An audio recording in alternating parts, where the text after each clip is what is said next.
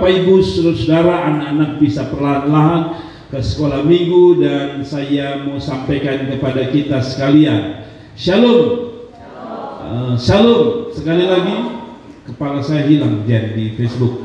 Saudara-saudaraku yang diberkati Tuhan, hari ini saya ingin bicara satu tema untuk kita sendiri, yaitu ketika Tuhan izinkan yang pahit terjadi. Ada tema yang saya mau sampaikan kepada saudara, ketika Tuhan izinkan yang pahit terjadi. Saudaraku yang diberkati Tuhan, hidup ini kadang-kadang berjalan, kadang manis, kadang pahit.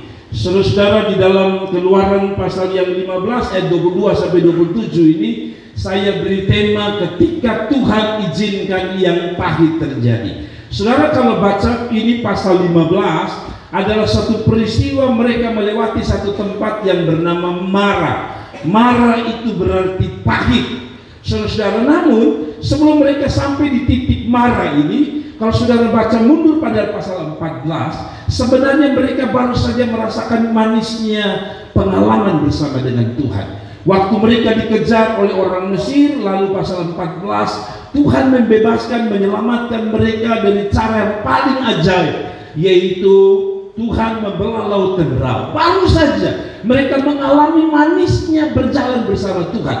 Pasal 15, Tuhan izinkan mereka ada di masa pahit. Saudaraku yang diberkati Tuhan, kenapa Tuhan harus tuntun saudara? Bukankah lebih baik kalau Tuhan tuntun kita di hal-hal yang terasa manis saja? Kenapa Tuhan harus bawa saudara pada peristiwa-peristiwa yang pahit? Kematian orang yang kita cintai, rencana kita yang gagal, perusahaan kita yang tidak terlalu diberkati, mungkin kita mengalami sedikit kebangkrutan. Tapi saya kasih tahu saudara, setiap tuntunan Tuhan tidak pernah dia salah menuntun saudara. Sekalipun dia menuntunnya pada perasaan, pada kehidupan yang saya sebut pahit, bertahanlah di sana karena Tuhan punya rencana. Amin. Mari saudara kita baca firman Tuhan dalam Keluaran pasal 15 ayat 25 dan sampai ayat yang ke-30. Saudara lihat ini baik-baik. Saudara lihat ini baik-baik. Musa menyuruh orang Israel berangkat dari laut Teberau, pasal 14. Baru saja mereka dari sana karena Tuhan buat sesuatu yang indah, yang manis, yang luar biasa. Lalu mereka pergi ke padang gurun Syur. 3 hari lamanya mereka berjalan di padang itu dengan tidak mendapat air. Ini rasa pahit pertama. Setelah mereka keluar dari laut Teberau dengan cerita manis dari Tuhan tentang mereka, sekarang mereka harus lewati apa yang saya sebut pahit, yaitu padang gurun. Di padang gurun mereka tidak mendapatkan apa yang mereka butuhkan, yaitu air. Saudara dengar baik-baik, saya kasih tahu saudara. Kadang-kadang Tuhan, saudara ingat baik-baik saya bahasa ini. Kadang-kadang Tuhan izinkan kita kehilangan apa yang kita butuhkan supaya kita bisa membutuhkan apa yang lebih dari yang kita butuhkan. Nah, bingung kan? Saudara, saya ulangi lagi. Kadang-kadang Tuhan harus izinkan apa yang kita butuhkan tidak kita dapat supaya kita bisa mendapatkan sesuatu yang lebih daripada apa yang kita mau dapatkan. Begini, saudara. Manusia itu katanya punya kebutuhan yang paling sulit untuk tidak dipuaskan, yaitu bukan makan. Karena orang bisa bertahan dengan tidak makan, tapi orang tidak bisa bertahan hidup kalau dia tidak minum. Nah, kenapa Tuhan izinkan mereka tidak ada air? Dan kita baca mereka ada di suasana, di tanah yang disebut Mara, yang artinya pahit. Sebenarnya saya bilang, Tuhan sedang ajar begini. Kalau kamu butuh yang namanya air dan kamu tidak bisa hidup dengan air saja, sebenarnya saya izinkan supaya kamu belajar bahwa ada satu yang lebih dari sekedar kebutuhan akan air, yaitu Tuhan Allah. Kalau kamu tidak bisa hidup tanpa setetes air, seteguk air, Anda kering dan mati. Harusnya Anda sadar, saya izinkan itu supaya secara rohani Anda sadar bahwa ada kebutuhan yang lebih dalam akan Tuhan yang akan memberikan kita sumber kehidupan. Makanya Yesus itu mengatakan dia apa? Aku jalan, kebenaran, dan hidup. Kadang-kadang orang haus rasanya mau mati, tapi orang ketika dia tidak berjumpa dengan Tuhan, dia tidak ada kerinduan bertemu dengan Tuhan, namun dia rasa biasa-biasa. Itu yang saya bilang ajaib sekali. Oke, saya baca itu ketiga. Sampailah mereka ke Marah. Sudah perhatikan ini bagus sekali. Tapi mereka tidak dapat meminum air yang di Marah. Sekarang ada air, tapi katanya di air di Marah itu apa? Karena pahit rasanya. Itulah sebabnya dinamai orang tempat itu Marah. Saudara-saudara lihat, kebutuhan akan air. Sebenarnya Tuhan sedang sindir mereka. Kamu, saya sengaja tidak kasih izin ada air supaya kamu tahu betapa hausnya saudara. Dan kalau ada air di situ, saudara akan minum. Ya, tapi Tuhan sedang ajar mereka satu hal. Sebenarnya ada satu yang tidak bisa dipuaskan oleh hanya sekadar minum, yaitu air kehidupan Tuhan itu sendiri. Kalau saudara baca Yohanes pasal 4, dia berjumpa dengan seorang wanita, betul ya, di sumur, betul ya. Lalu perempuan itu menjagokan tokoh-tokoh agama orang Israel. Kami punya bapak-bapak leluhur yang selalu minum dari sumur ini. Lalu dia bilang begini, kalau kamu minum dari sumur ini lagi, kamu akan haus lagi. Tapi kalau kamu minum dari sumber kehidupan itu, kamu tidak akan haus lagi. Kadang-kadang Tuhan izinkan kita punya kebutuhan-kebutuhan tidak terpuaskan, doa yang tidak terpuaskan, apalagi pergumulan yang tidak selesai. Supaya apa?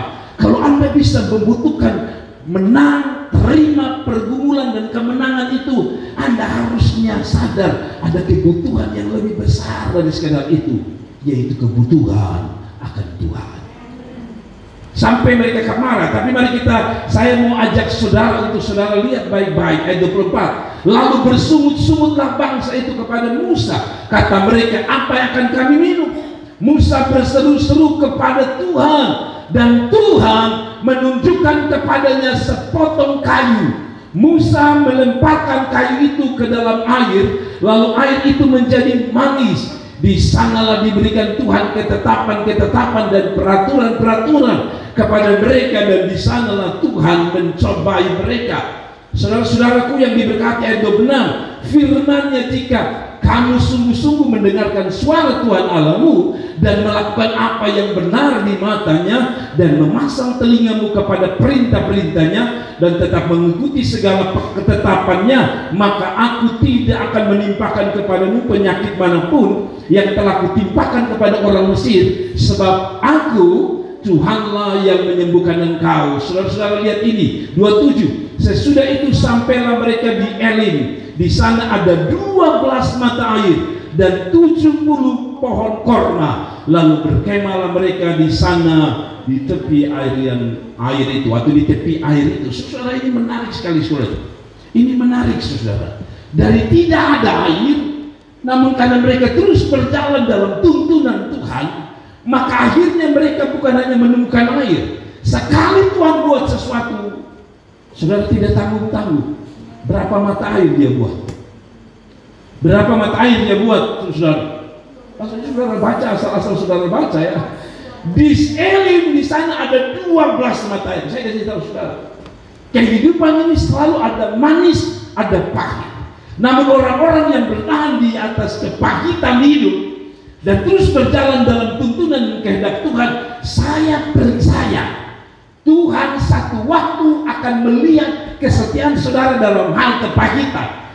Dan pada saat saudara bertahan di sana, tetap setia dengan Tuhan, tetap mencintai Tuhan di dalam situasi yang pahit, saya kasih tahu, tak selamanya Tuhan izinkan saudara ada di situ. Akan ada waktu saudara berada di Elim, 12 mata air, bukan hanya memuaskan, tetapi lebih daripada memuaskan. Amin. Orang-orang yang hari ini jadi orang-orang luar biasa adalah orang-orang yang pernah mengalami apa yang disebut pahit. Sekarang kita lihat kita kepala dinas, ya kan? Dia naik mobil, dia punya gaji lebih besar dari kita. Tahukah saudara bahwa dia pernah jadi anak buah? Mungkin dia pernah jadi anak buah apa tuh? Pungut-pungut pajak di jalan. Namun hari ini dia merasakan duduk di sebuah kursi, kursi goyang, sambil hanya tunggu tanda tangan. Sebelumnya dia pernah mungkin dibentak oleh waktu dia tagih pajak, mungkin orang bentak, besok baru datang. Jadi saya kasih tahu saudara, sesuatu yang Tuhan izinkan pahit sebenarnya hasilnya pasti manis. Karena itu saudara, saya tanya saudara, mari kita lihat terus, saudara lihat saya, saudara lihat saya. Adakah hari-hari ini saudara rasa hidup ini terasa pahit? Apa yang saudara kerjakan seperti terasa pahit? Perjalanan hidup yang saudara bayangkan akan manis di tahun 2024 atau di bulan ini, di hari-hari ini, tapi seperti Tuhan izinkan saudara berada di titik yang paling pahit dalam hidup ini. Pernahkah saudara duduk dan bilang, Tuhan, mengapa saya begini? Saya kasih tahu saudara, tunggu dalam proses Tuhan. Dia tidak pernah salah. Dia tidak pernah salah menuntun saudara pada peristiwa yang saya sebut atau saudara sebut pahitnya hidup. Saya mau bagi saudara-saudara. Setiap kita merindukan sebuah perjalanan hidup yang terasa manis, betul? Diberkati, kalau bisa keluarga saya aman-aman, gaji saya juga stabil, semua stabil. Saya dengar hari ini Jokowi katanya mau ambil berapa persen dari gaji pegawai untuk biaya IKN. Saudara mulai berkata, Tuhan ini gaji yang sekarang saja ini kesranya suilang. Sekarang Tuhan izinkan pemerintah minta berapa persen untuk bangun perumahan di IKN saja. Pahit, tapi saya percaya Tuhan tidak pernah salah. Saya ulangi lagi, Tuhan tidak pernah salah. Nah itu sebabnya saya mau bilang sama saudara, tapi kenyataan dalam mengiring Tuhan kadang justru kepahitan hidup yang kita alami. Setiap orang mimpi lahir kalau bisa hidup ini manis, tapi tidak semua orang bisa mengalami terus apa yang disebut manis. Saya minta maaf, manusia saja sadar ya, ilmu kedokteran memberi kita penjelasan sederhana. Kalau kita selalu dengan yang manis-manis, kita berdampak pada apa yang disebut dengan penyakit. Betul? Tapi ketika kita juga terbiasa dengan pahit, biasanya kita lebih sehat. Orang-orang yang berjalan di kampung dengan tidak menggunakan sandal, saat orang kota justru beli sandal yang paling mahal untuk melindungi kakinya. Saudara tahu, memang kelihatan kita menikmati manisnya. Pertama, sandalnya mahal, empuk, ringan. Tapi Anda tahu bahwa karena saraf-saraf kebanyakan katanya itu ada di bawah telapak kaki manusia, maka tidak heran orang kampung itu dia berjalan terasa awalnya pahit, sakit. Tapi kalau sudah melihat orang-orang kampung itu sehat-sehat. Kenapa? Karena mereka terbiasa dengan yang pahit.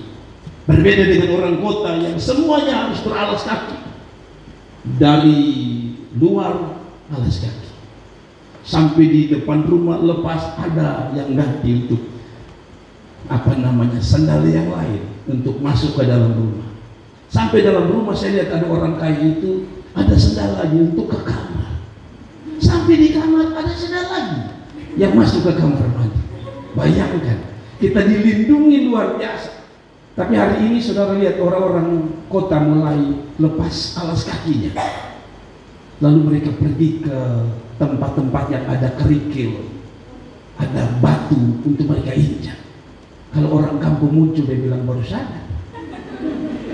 Lihat bahwa kehidupan yang pahit tak selamanya memahitkan hidup, dan tak selamanya yang manis berbuah sesuatu yang manis. Kalau begitu, mari kita lihat apa yang saya maksudkan. Saya coba bawa saudara dengan cepat kepada saudara. Ada banyak alasan untuk orang kecewa di peristiwa pahit. Marah pada Tuhan, marah pada situasi, marah pada apa yang sedang terjadi. Anak mati, usaha bangkrut, ditinggal pacar, sakit yang tak kunjung sembuh, dan banyak alasan yang akan membuat kita berkata saya terlalu pahit dan saya kecewa.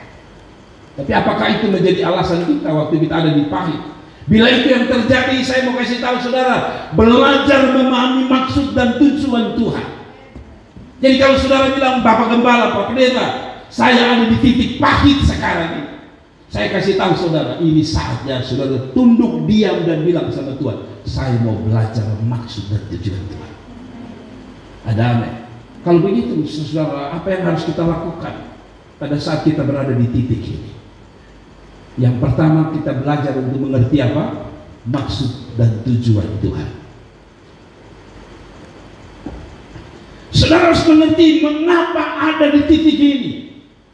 Ada tujuan Tuhan. Mari kita lihat tujuan Tuhan ketika saudara di situasi yang pahit. Dengar baik-baik. Satu waktu saudara ada di tempat yang disebut dengan pahitnya hidup, marah tadi itu, maka pertama yang harus saudara lakukan adalah dengar, tetap berjalan dalam pimpinan Tuhan walaupun hidup ini terasa berat dan rasa pahit. Saya ulangi lagi, waktu hidupmu terasa berat dan pahit, tetap berjalan dalam pimpinan Tuhan walaupun hidupmu terasa pahit, terasa berat. Saya kasih tahu saudara tadi, kalau mereka tetap tinggal di Mara dan tidak terus berjalan, mereka tidak berjumpa yang namanya Elim. Betul ya? Yang ada 12. Perjalanan hidup ini tidak boleh ada 12 mata air, betul ya? Saya kasih tahu saudara, hidup ini adalah sebuah perjalanan. Saya selalu bilang, hidup ini adalah sebuah perjalanan dan bukan sebuah pelarian. Hidup adalah perjalanan, kita terus berjalan. Memang saat ini Tuhan izinkan kita berjalan di tempat yang disebut Mara atau pahit. Tapi kalau Anda tetap ada di situ dan tidak bergerak, itu yang saya sebut dengan trauma. Orang trauma itu dia suka di situ. Dia rasa pahit di situ, herannya dia tetap tinggal di situ. Contoh, orang yang pacaran lalu gagal, dia tidak move on, dia tidak mau jalan ke depan. Kenapa? Kan dia pikir, apa yang saya alami kegagalan waktu pacaran di sini, nanti ke depan juga pasti gagal.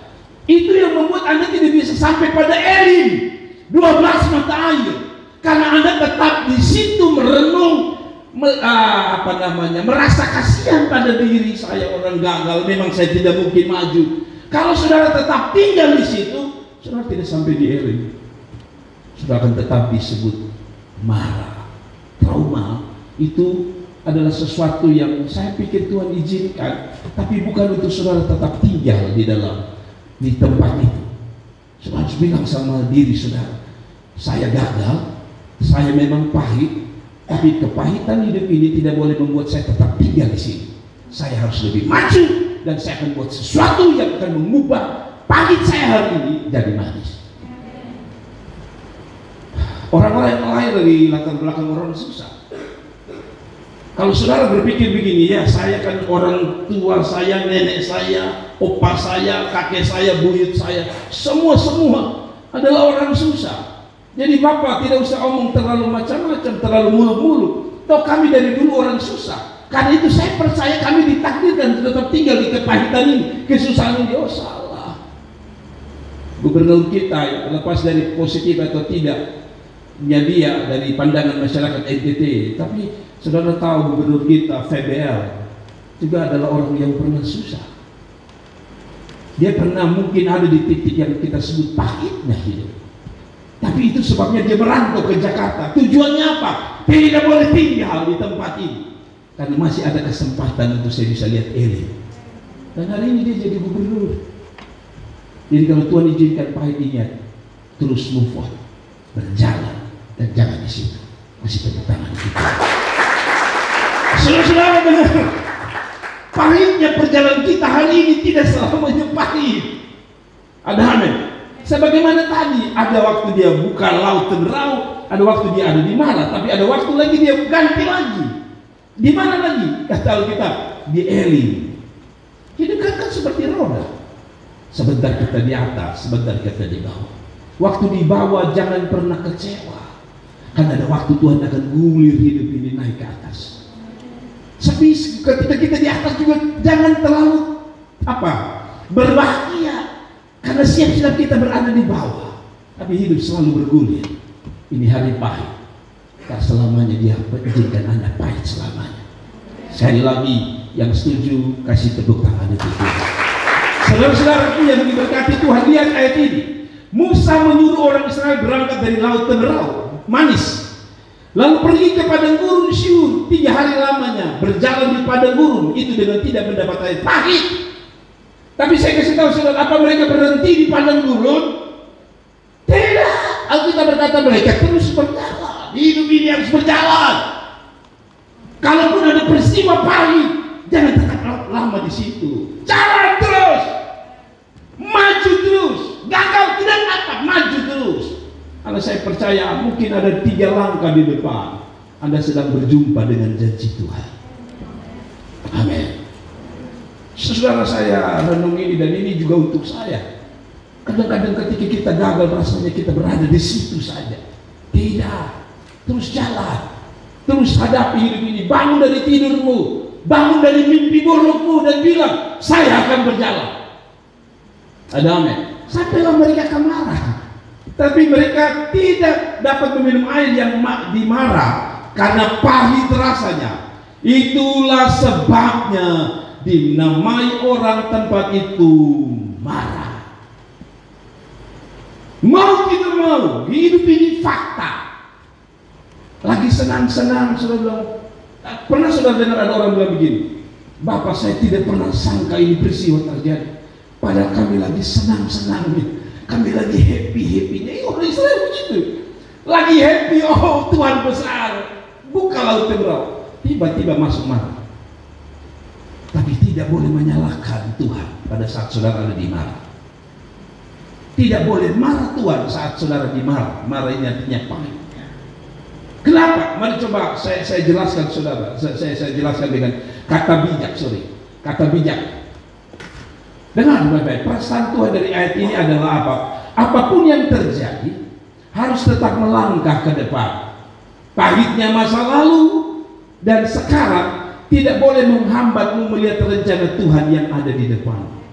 Saya ulangi lagi, apapun yang terjadi hari ini, pahit, tidak ada minum, tidak ada makan, tidak ada apa yang kita perlukan, tetap langkah ke depan.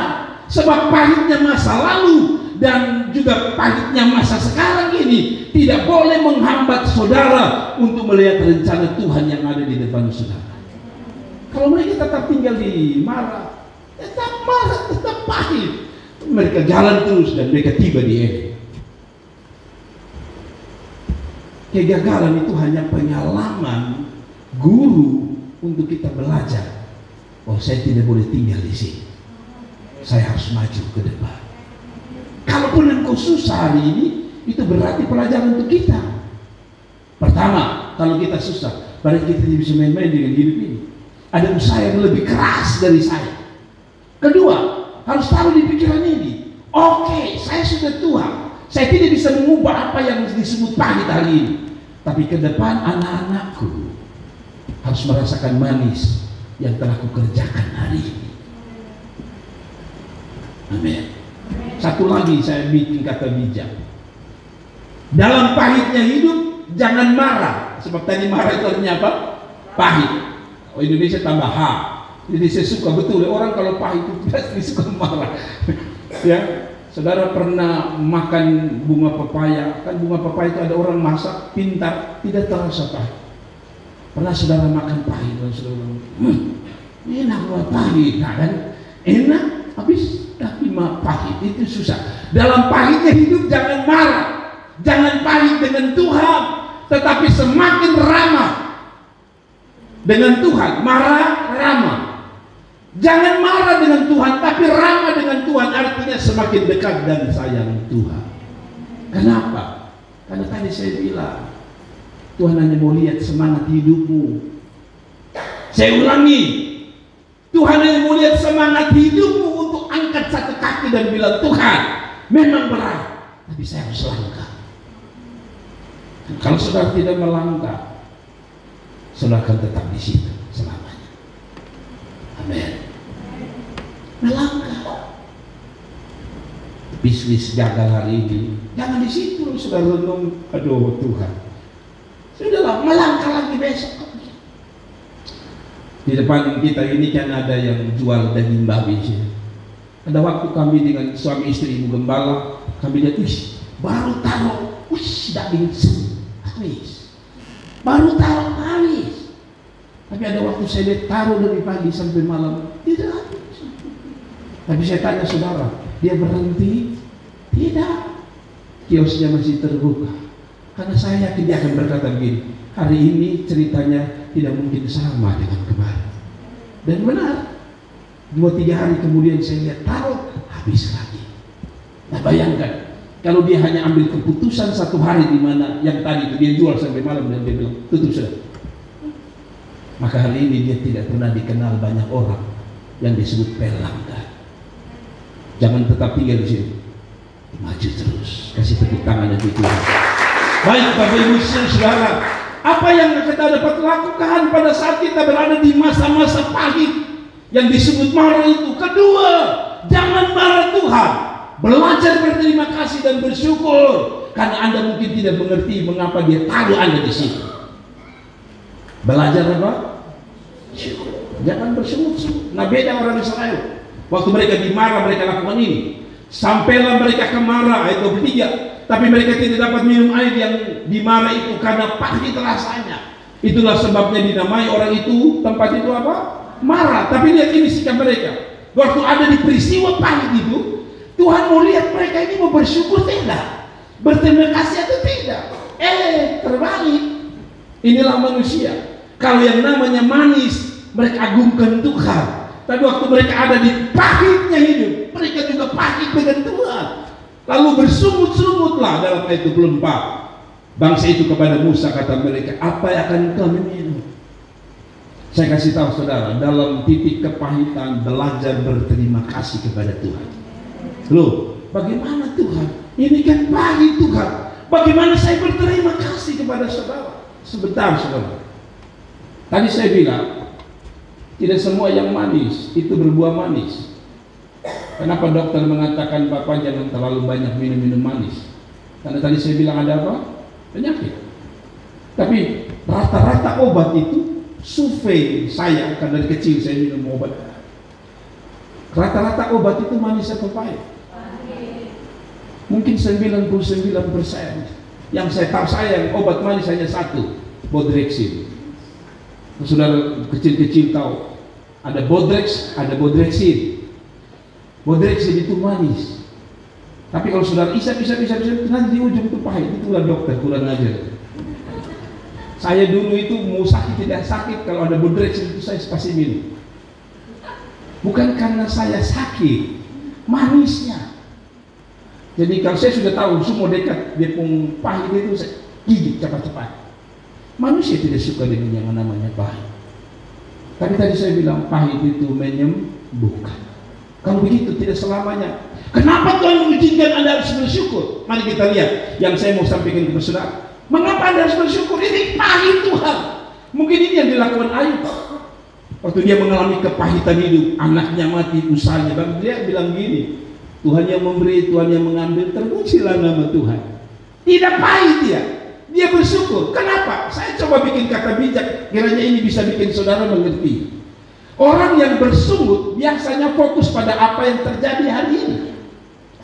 Orang yang bersyukur fokusnya pada apa yang akan terjadi setelah apa yang terjadi hari ini. Bisa mengerti? Saya ulangi lagi. Orang yang bersungut, orang yang tidak bisa bersyukur itu biasanya karena dia fokus pada apa yang terjadi hari ini. Tapi orang yang bersyukur fokusnya pada apa yang akan terjadi setelah apa yang terjadi hari ini. Saya kasih contoh. Biasanya waktu kita sakit, terus kita nangis, apa yang mama kita lakukan, orang tua kita lakukan? Masak bubur panas-panas, rebus telur, lalu kasih makan. Saya paling jengkel kalau saya sakit itu 2 hal ini, makan bubur dan telur. Setiap kali saya sakit saya paling jengkel, kalau saya cium itu mau muntah saya. Tapi kakak-kakak saya ini, mereka selalu bilang, Bapak sudah makan. Saya dalam hati tahu, saya tanya, saya paling benci kalau pas sakit tanya makan. Kalau saya bilang belum, Bapak makan Bapak supaya ada tenaga. Orang sehat kalau dia tidak makan di mana? Apalagi Bapak ini. Lihat ini, Kenapa saya fokus? Karena saya fokus di itu. Lihat makan muntah. Orang yang kasih makan saya, lihat Bapak makan supaya saya sehat. Lihat. Yang dia lihat nanti setelah saya makan. Saya lihat saat ini saat saya makan muntah. Dia lihat kalau kamu makan nanti sehat. Kok tidak paham sudah? Sudah mengerti ya? Orang tua sampai kadang-kadang sakit dia putih. Dulu sakit Bapak. Tapi sebenarnya dia maksud adalah tidak apa-apa, lu telan saja, makan saja. Karena ketika lu ada tenaga, ini fisik akan melawan itu penyakit. Sampai begitu lebih. Jadi orang yang kasih makan itu lihatnya nanti, kita lihatnya sekarang. Tuhan pun demikian. Banyak kali kita lihat hanya yang di sini peristiwa pahit. Tapi Tuhan bilang tidak. Saya tidak lihat yang pahit ini. Ini pahit hanya seperti jembatan supaya saudara bisa lihat manisnya hidup ini di depan. Amin. Saya kasih contoh lagi lebih gampang. Katanya kalau engkau mau lihat manisnya hidup nanti, di sebuah video orang bilang begini, kalau saudara mau lihat manisnya hidupnya nanti, Anda harus belajar hidup pahit hari ini. Saya ulangi lagi, kalau Anda mau lihat manisnya hidupnya nanti, bersyukurlah, menikmatilah hidup yang pahit ini. Kenapa dia bilang? Contoh dia bilang, orang yang hari ini kerja di luar negeri, gaji besar semua. Anda tahu dia bukan orang yang malas tahun sebelumnya. Dia mungkin orang yang giat belajar, giat bekerja. Saat teman-teman lain kuliah main-main, dia kuliahnya serius. Saat orang lain, tadi saya sering bilang, orang tidak kumpul tugas, dia kumpul. Kenapa? Karena dia berpikir lebih baik saya pahit hari ini. Itu sebabnya dia bilang begini dalam video itu. Kalau saudara mau lihat manisnya hidup dan tidak mau bayar harga untuk pahitnya hidup, ya terserah. Sekarang ini contoh, katanya, saudara mau tidur bangun sampai jam berapa? Terserah saudara. Anak muda saya ingat saudara mau tidur sampai jam 12 siang, tidak apa-apa. Tapi saudara tahu, Anda sedang bikin sebuah manis hidupnya ada hari ini. Dan jangan heran nanti orang yang hari ini belajar pahit hidup, dia belajar saat saudara bermain game, dia kerja saat saudara bermain. Nah dia saat dipakai perusahaan, saudara yang nanti pilih-pilih dos-dos di jalan, saat dia duduk di atas mobil, di atas tempat yang empuk dan berbahagia.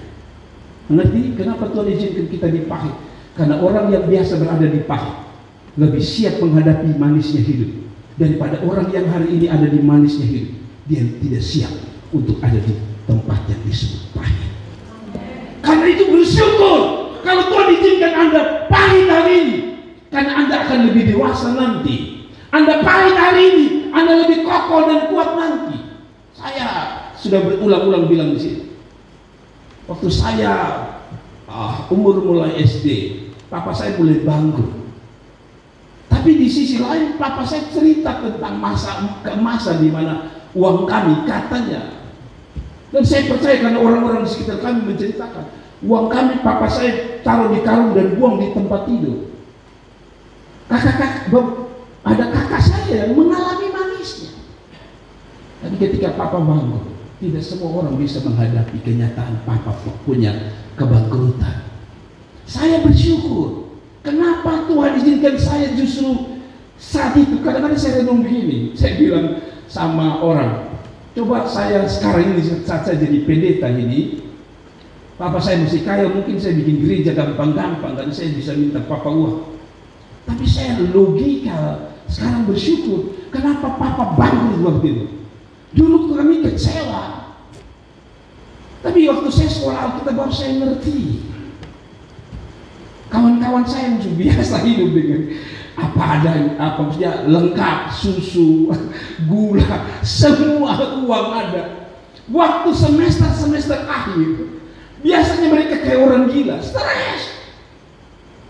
Tapi kami sudah biasa, tidak pegang uang terlalu banyak. Sehingga waktu kami mau ujian, kami fokus di ujian.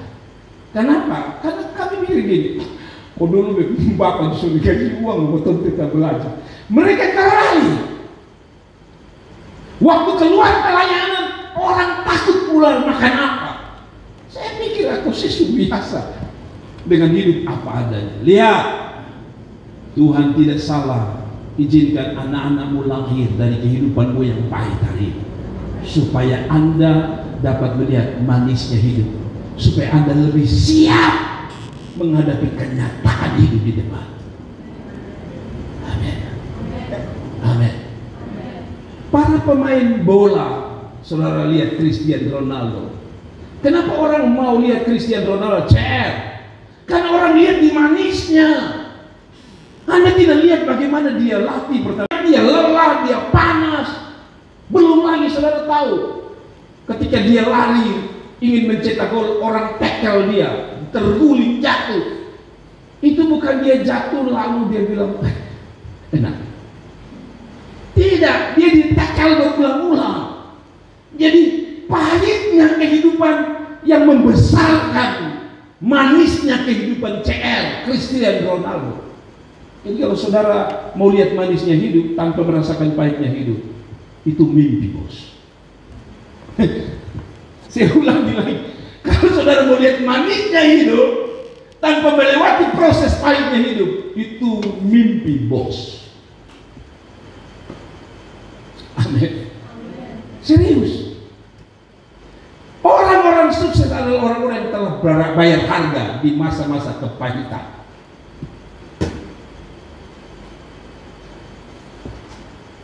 Pegawai-pegawai yang hari ini jadi petinggi itu mereka bayar harga luar biasa.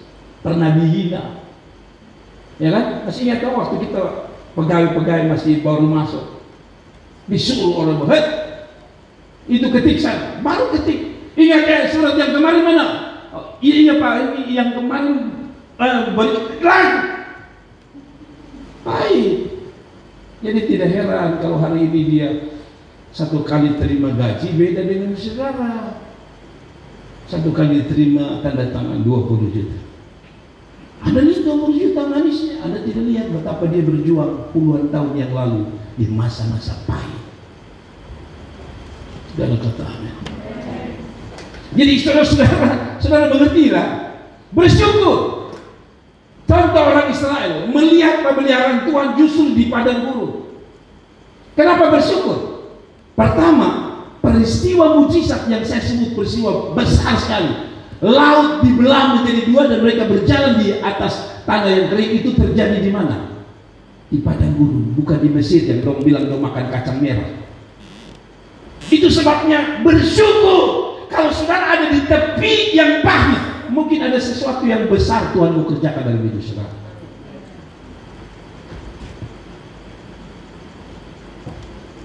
Kenapa Tuhan ajar mereka bersyukur? Jangan marah. Karena setiap kali mereka di masa pahit, ada sesuatu yang akan terjadi. Contoh, pada waktu mereka tidak dihadapi Mesir, pasukan Mesir, pahit kan? Kan Alkitab bilang bangsa Mesir kejar mereka, dan di ujung Laut Teberah mereka pikir mereka sudah mati di masa pahit itu, tapi justru Tuhan buka Laut Teberah. Dalam konteks ini, pada waktu mereka bertahan bersyukur, nanti kalau bisa bersyukur, Tuhan bawa mereka ke Elim. Saya kasih tahu saudara, banyak orang tidak mengerti rencana Tuhan. Saya pernah bersaksi di sini kok. Saya ulang sekali lagi. Waktu anak Cynthia saya, waktu dia kuliah, saya selalu berdoa, Tuhan kasih dia praktik, jangan terlalu jauh dari sekolah, supaya pertama biaya angkutan itu murah, saya masih sanggup. Tapi saya berdoa supaya jangan sampai Surabaya. Pertama Surabaya itu biayanya mahal. Tapi saudara, betapa kagetnya waktu anak saya mengatakan, Bapak, puji Tuhan, dari mulai praktek sampai dengan selesai mereka nginap di hotel, lalu semua dibiayai, mulai makan, tidur semua. Kadang-kadang kita ini pikir kita otak lalu bersungut-sungut, kenapa di Surabaya? Sampai saya mau angkat telepon ke salah satu dosen, Pak, janganlah taruh dia di gereja-gereja di situ saja. Tapi lihat, Tuhan punya cara itu berbeda. Kalau ada di masa pahit, bilang Tuhan, terima kasih. Saya hanya mau tunggu apa maksud Tuhan dalam hidup saya. Amin. Karena Alkitab bilang apa di dalam Roma 8 ayat 28? Mengapa bersyukur saudara? Kita tahu sekarang bahwa Allah turut bekerja, perhatikan kata ini, dalam segala sesuatu. Itu berarti Tuhan bekerja bukan hanya pada saat mujizat terjadi, pada saat engkau rasa manisnya hidup ini, saudara kata Tuhan turut bekerja. Tapi dia bilang segala sesuatu, termasuk di mara itu yang kita sebut baik, dia bisa memunculkan kemudian hari 12 matanya. Jangan marah Tuhan. Kalau ada sebuah peristiwa yang paling menyakitkan terjadi atas hidup saudara, jangan marah Tuhan. Saya ulangi lagi, jangan marah Tuhan, kecewa, apalagi meninggalkan Tuhan. Tuhan sedang melihat, beta kasih dia di situ, kira-kira dia tahan tidak. Yusuf itu sebelum jadi orang penting di Mesir, di mana? Masa pahit. Antar makan kasih saudara-saudaranya. Bukan orang terima kasih. Dia saudara-saudara bilang, tangkap saja, buang dalam sumur. Semakin merasa pahit yang hidup, saya kasih tahu saudara, mungkin itu semakin dekatnya saudara pada manisnya hidup.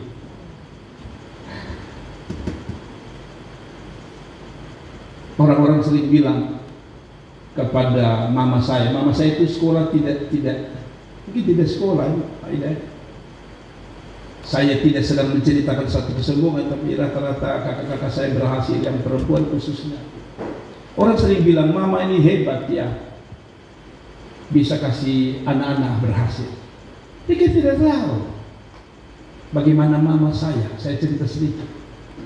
Mama saya itu bangun pagi, hampir siang dia sudah ke pasar, pada saat ibu-ibu yang lain tidur. Mama saya itu harus ke kampung, ke Kapang, ke Oekabiti, ke Oesau, saat kami lagi tidur terlelap. Jadi kalau hari ini dia bisa menyekolahkan kami anak-anak dan jadi orang, karena dia sudah bayar di masa-masa pahit. Kalau saudara mau lihat masa manis, bersyukur dan terus berjalan sambil membenahi hidup dalam masa-masa pahit.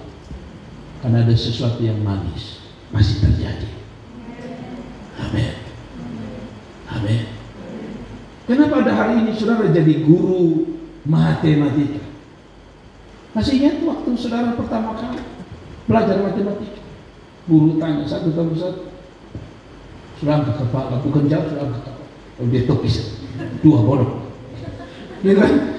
Kalau saudara mulai, bayangkan kalau saudara trauma, lalu saudara lagi berhenti, saya tidak belajar matematika. Maka saudara tidak pernah jadi guru matematika. Gara-gara babunyi itu yang membuat saudara. Makanya ada satu istilah kan, betul nggak tadi? Di ujung rotan ada. Sekarang lah di ujung rotan ada polisi. Makanya maaf kata banyak orang tidak jadi manusia. Toki sedikit. Tunggu ya. Pasal ini, undang-undang ini. Dulu kami tidak kenal undang-undang saudara. Yang kami kenal mistar panjang. Dulu tidak kerja, di belakang sini. Kadang-kadang saya ingat sakit juga ya. Tapi kalau sampai mereka, banyak guru kami sudah mati. Kalau mereka masih hidup, saya mau keliling sama mereka materi, bilang terima kasih. Sampai-sampai saya pernah pahit dengan salah satu guru. Saya bisa sebut namanya karena kami sudah damai. Namanya Ibu Jahimu. Aduh, itu orang sabu saudara, suami Allah. Dia kalau ajar saya tuh matematika selalu benturkan saya tuh kepala di papan hitam blackboard dulu. Pak di situ. Lalu angkat itu Mister dulu itu kalau dia pukul begini bagus saudara. Guru zaman itu pukul begini. Saudara tahu, saudara lihat ini moyang yang tidak pernah saudara lihat itu ini. Waktu dia pas begini di tengah kepala itu, saudara bayangkan itu mungkin cara Tuhan buka kita ke otak. Iya, karena pak begini itu rasanya ke mata terang. Yang tadi matematika angka 5 kabur-kabur. Kalau dulu kan tulis pakai kapur. Bukti, nah itu papan itu katanya blackboard, tapi karena mungkin tiap hari main kapur, jadi mau bilang hitam salah. putih salah. Jadi kadang-kadang kalau saudara terlalu dari jauh itu tidak jelas. Tapi habis karena belah itu saudara, itu 5 yang kecil begini jadi besar. Mengerti maksud saya begini. Hari ini akhirnya saya mengerti. Seandainya mereka tidak keras, bayangkan kalau saya tidak tahu membaca. Saya mau baca apa di situ? Saya dengar ada satu pendeta di kota ini, tidak tahu baca tapi jadi pendeta. Jadi saya tanya, lalu dia khotbah bagaimana? Pokoknya dia khotbah hanya 1 ayat saja, atau yang dia hafal saja. Jadi saya tahu panggilan orang berbeda, tapi saya lebih suka kalau saya bisa membaca. Tapi sebelum saya membaca, saudara tahu, saya hadapi banyak guru. Pertama guru di rumah, saya pun kakak-kakak, ini apa? A, ini apa? B, ini apa? Kalau guru itu kan pada waktu kita baru belajar pertama kali kan banyak sekali. A, B, C. Pas mundur kembali Z. Padahal ini A, saudara. Pak, 1 kali lagi. Tapi sekali lagi, kalau saudara hari ini bisa luar biasa karena Tuhan. Anak-anak saya ini waktu KKR di Oiba, orang puji bilang gitu, itu apa anak main musik yang terang dia, wis bagus. Saya bilang ya kakak lihat yang bagus toh, tapi dia pernah ada di masa-masa pahit, penuh dengan lembah air mata. Kalau saya ajar mereka salah, Pak, Jenny itu sampai pegang tuts itu. Nangis. Ini kan hari ini orang bilang kakak bisa main, dong sombong-sombong sekarang. Tapi dulu itu dong pahit buat. Kadang-kadang saya kasihan air mata jatuh. Pegang ini kunci cek. Jadi kalau lihat orang main ini hari belajar, saudara tidak tahu dong pun cerita hidup pernah dimarah di masa pahit. Amin. Nah saudara lihat pemain bass ini langsung keren, baju kotak-kotak kaos dalam. Tapi saudara tahu main bass itu tidak gampang saudara. Itu jari itu dia begini itu. Ini hari dia menari seperti tidak lihat toh, betul toh? Tapi sebelumnya itu dia pun jari dia lihat begini. Dia taruh salah orang toki di sini, pak, salah. Air mata jatuh. Hari ini dia tidak lihat ya, ada saudara lihat pemain musik itu kebanyakan ini jari seperti tahu kemana dia pergi. Tapi masa pahit dulu, lu mau kau naik belakang ini, begini, tidak lihat tapi itu dia pembunyi kacau semua.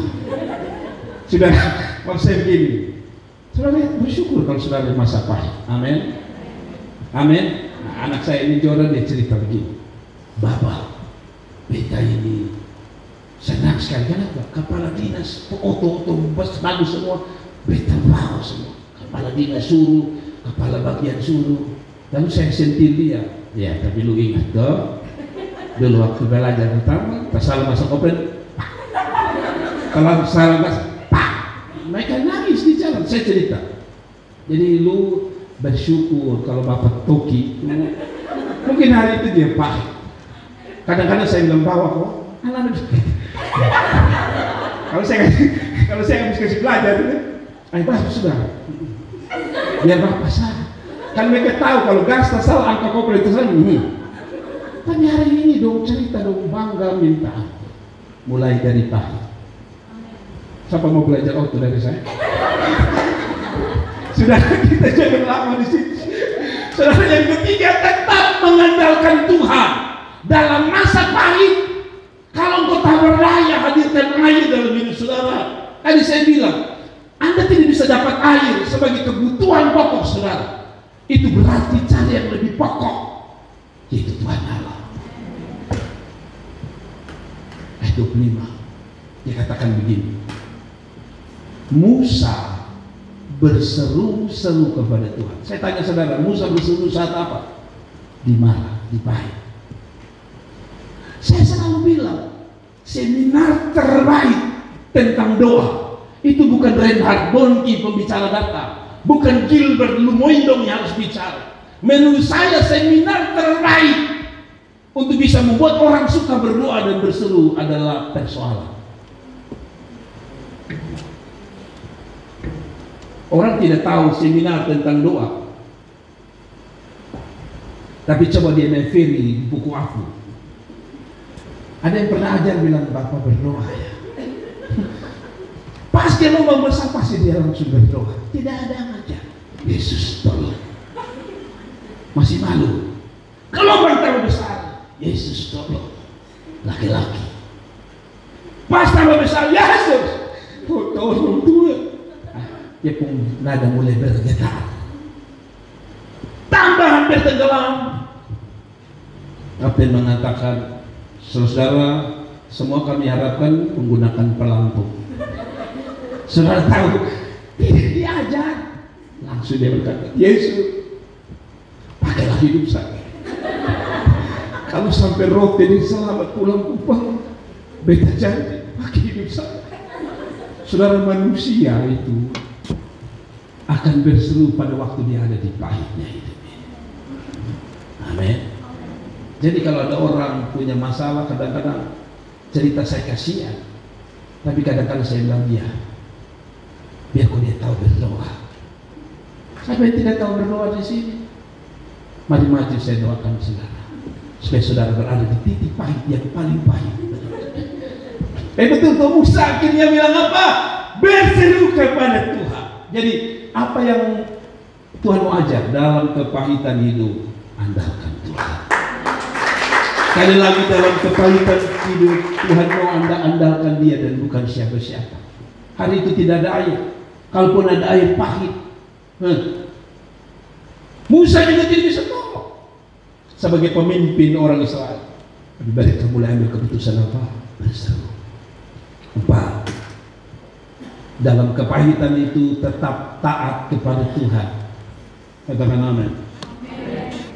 Dalam masa-masa pahit tetap taat Tuhan. Saudara baca ini bagus sekali. Waktu mereka ada di Mara ini, kan yang mereka perlu apa saudara? Air. Harusnya Tuhan kasih air, tapi saudara tahu, bukan air pertama yang keluar. Mari kita coba baca. Di sanalah diberikan ketetapan dan peraturan kepada mereka. Di sanalah mereka Tuhan mencobai mereka atau mencoba mereka. Lihat, harusnya kebutuhan mereka air. Air sudah tidak ada, walaupun ada pahit, harusnya Tuhan kasih air yang jadi kebutuhan mereka. Tapi kok Tuhan justru keluarkan ketetapan Tuhan. Saudara, manusia itu dalam masa-masa sulit harus dikasih ketetapan. Kenapa?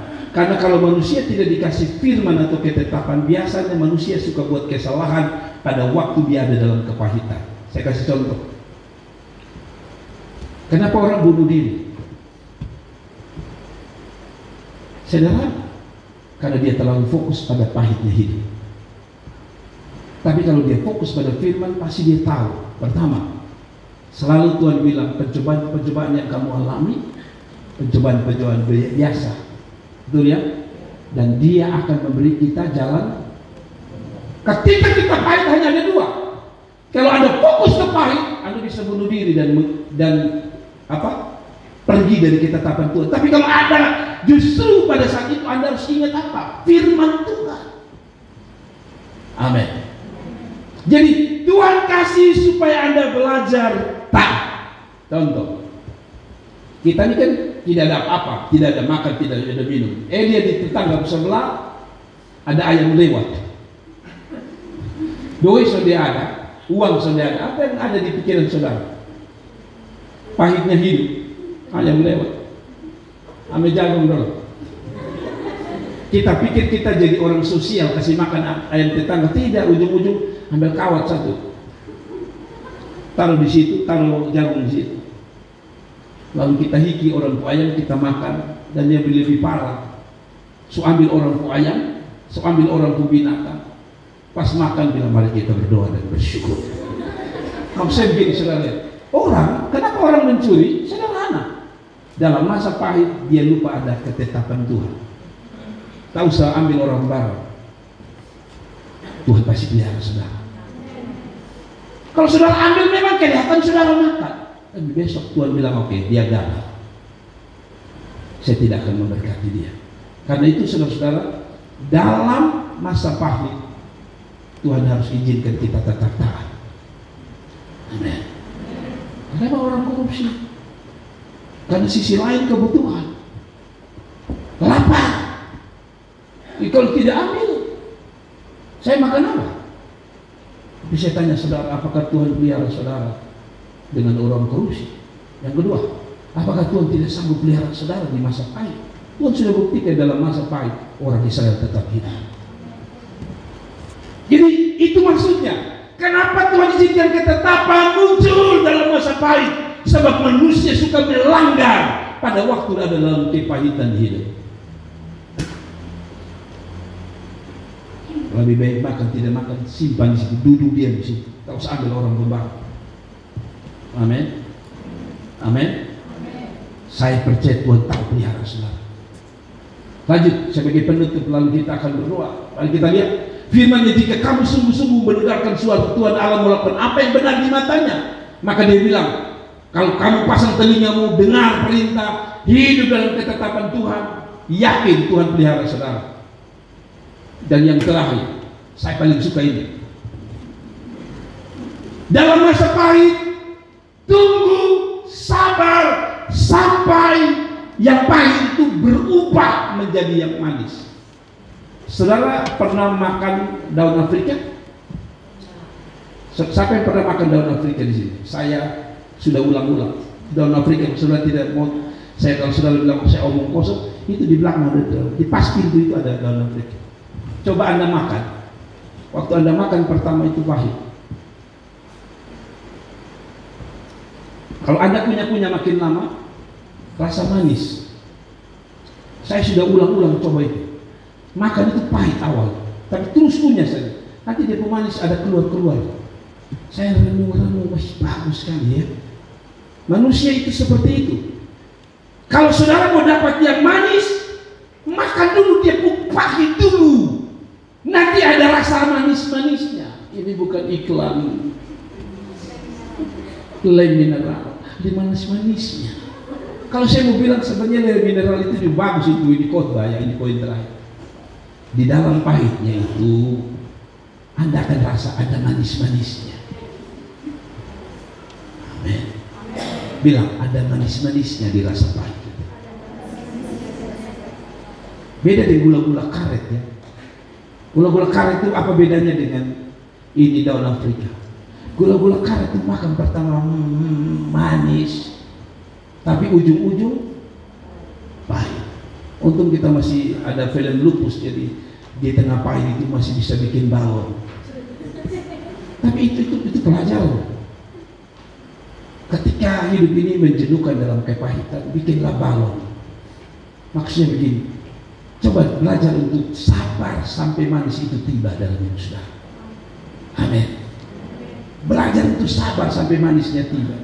Saya ingat waktu saya mau wisuda S1 itu, yang pernah kerja skripsi kasih tahu itu stres, gila-gilaan. Gila betul-betul.